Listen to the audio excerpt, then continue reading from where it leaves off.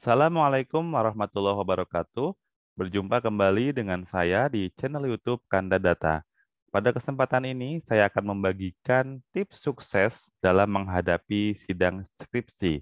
Bagi Anda, mahasiswa tingkat akhir yang sedang berada di penghujung tugas akhir Anda, yaitu Anda harus melalui tahapan sidang skripsi atau ujian skripsi sebelum Anda wisuda dan menyandang gelar sebagai seorang sarjana. Apa saja tips suksesnya? Jangan kemana-mana, kita ikuti satu persatu yang akan kita lakukan pada kesempatan ini.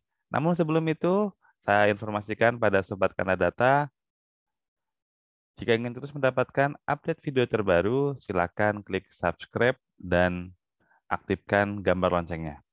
Baik, tips sukses apa saja yang akan kita bahas pada kesempatan ini? Yang pertama, ketika Anda akan menghadapi sidang skripsi, yang pasti Anda harus mempersiapkan bahan tayang presentasi atau PPT ya. Bahan tayang ini adalah rangkuman dari skripsi Anda. Ingat, dalam ujian skripsi Anda biasanya akan diminta untuk memaparkan penelitian Anda, hasil penelitian Anda dari bab pertama sampai bab terakhir, ya, dari pendahuluan sampai ke kesimpulan.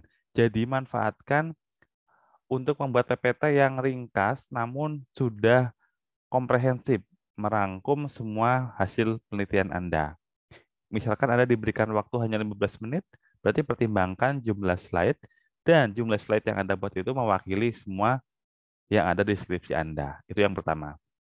Kemudian yang kedua, pastikan urusan administrasi sidang skripsi sudah beres. Jangan sampai Anda mau sidang besok, ternyata hari ini masih sibuk berkutat mengurus misalkan konfirmasi ke dosen penguji, konfirmasi ke dosen pembimbing, atau ada hal-hal lain yang harus diurus, misalkan menyediakan konsumsi, ya misalkan tidak ada panitianya ya, misalkan ada mengurus sendiri. Itu harapannya seminggu sebelumnya sudah beres. Ya, jadi ketika sudah beres, Anda jadi tinggal fokus saja untuk persiapan ujian skripsi. Kemudian tips yang ketiga adalah Anda perlu menginventarisir dari skripsi Anda, kebaruan apa atau novelty apa yang ditawarkan dari skripsi Anda. Kemudian, apa kontribusi dari penelitian Anda.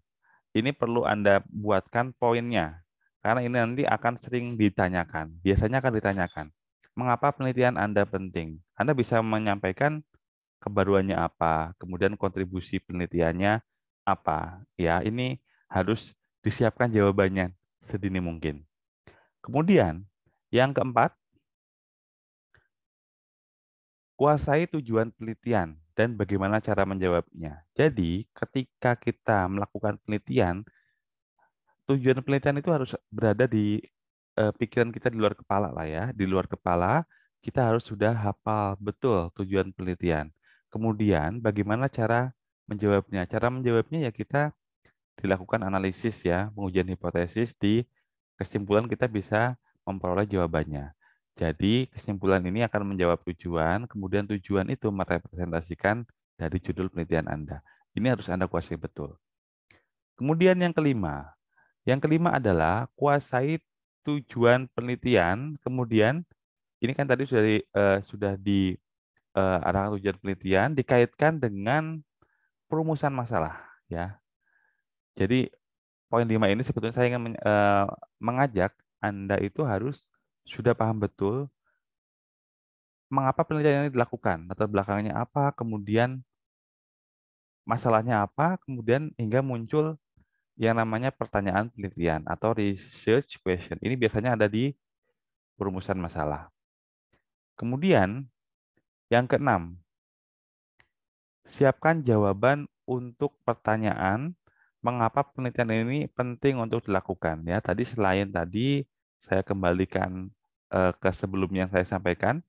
Ya, jadi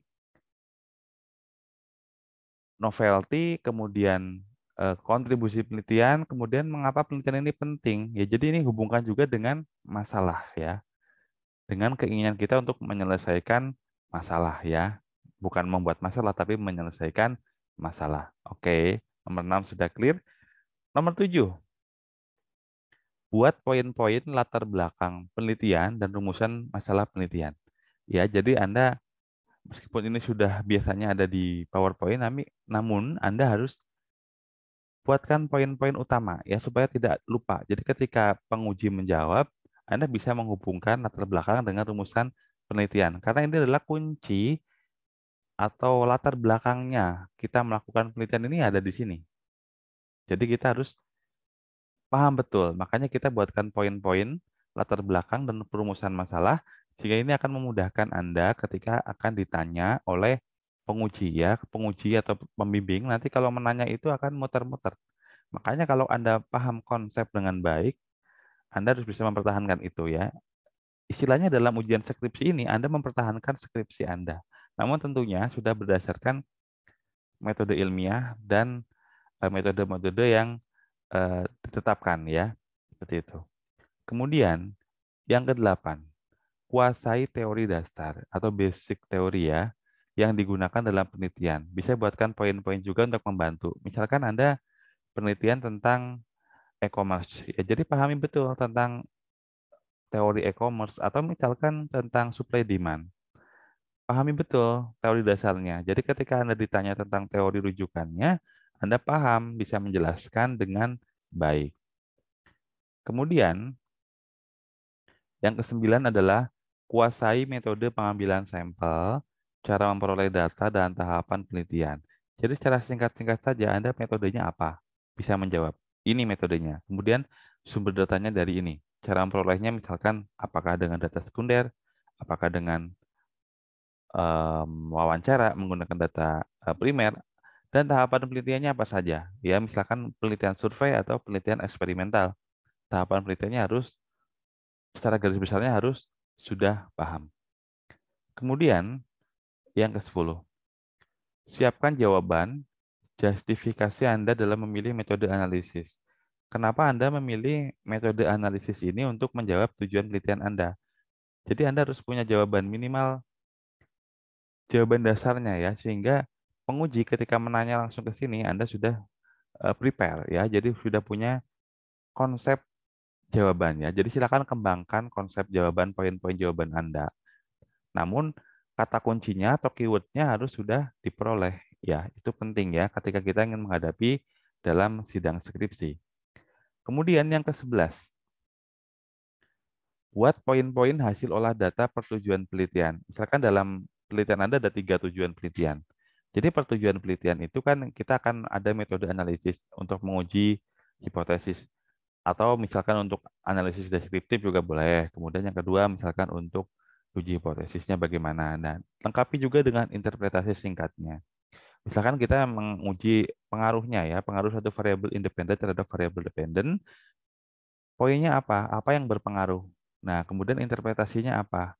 Jadi yang berpengaruh eh, positif atau berpengaruh negatif, kemudian signifikan, itu apa saja? Yang tidak signifikan, justifikasinya apa? Itu poin-poinnya harus kita eh, peroleh betul ya. Karena ini kalau kita ditanyakan langsung, kita sudah tahu ya. Apalagi kalau Anda sedang ujian ya.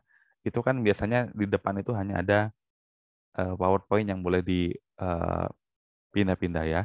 Jadi Anda poin-poin ini kalau bisa dimasukkan dalam PowerPoint akan lebih memudahkan Anda. Tips selanjutnya apa? Siapkan justifikasi ya, misal uji hipotesis tidak terbukti. Misalkan Anda melakukan penelitian, tapi ada hipotesis misalkan tidak terbukti seluruhnya. Nah ini kenapa? Padahal metodenya sudah tepat, kemudian cara pengambilan sampelnya sudah tepat. Ya ini banyak terjadi juga ya. Misalkan yang harusnya signifikan, ini tidak signifikan. Atau yang harusnya bertanda sign-nya positif jadi negatif dan sebaliknya. Ini ada apa? Ya, kan kalau dalam pemodelan itu kita bisa melakukan iterasi atau berulang-ulang.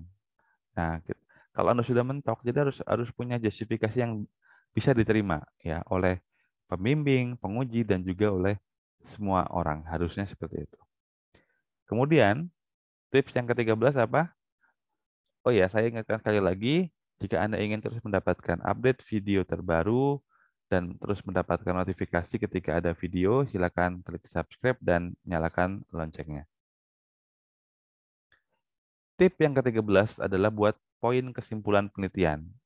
Jadi poin kesimpulan penelitian ini untuk menjawab tujuan penelitian ya. Jadi ini penting, ini cukup cukup singkat. Kemudian yang ke-14, siapkan saran dan tindak lanjut yang relevan berdasarkan skripsi Anda. Jadi selain tadi ada di situ, saran dan tindak lanjutnya juga perlu Anda siapkan. Ya, ketika ditanya tindak lanjut apa yang Anda sarankan dari hasil penelitian Anda. Jadi Anda bisa langsung menjawab karena Anda sudah memperoleh jawaban ini. Kemudian yang ke-15, jawablah tiap pertanyaan dosen penguji atau pembimbing dengan tenang. Ya, jawaban harus terkonsep. Tadi dibantu dengan membuatkan poin-poin satu persatu untuk memudahkan dalam menjawabnya. Kemudian yang terakhir adalah lengkapi ikhtiar Anda dengan doa. Ya, karena ikhtiar tanpa dilengkapi doa kurang afdol. Jadi lengkapi ikhtiar Anda, lengkapi usaha Anda, persiapan Anda dengan doa. Insya Allah besok sidang skripsi Anda lancar jaya dan Anda akan lulus dan menandang gelar sarjana sesuai dengan Anda impikan.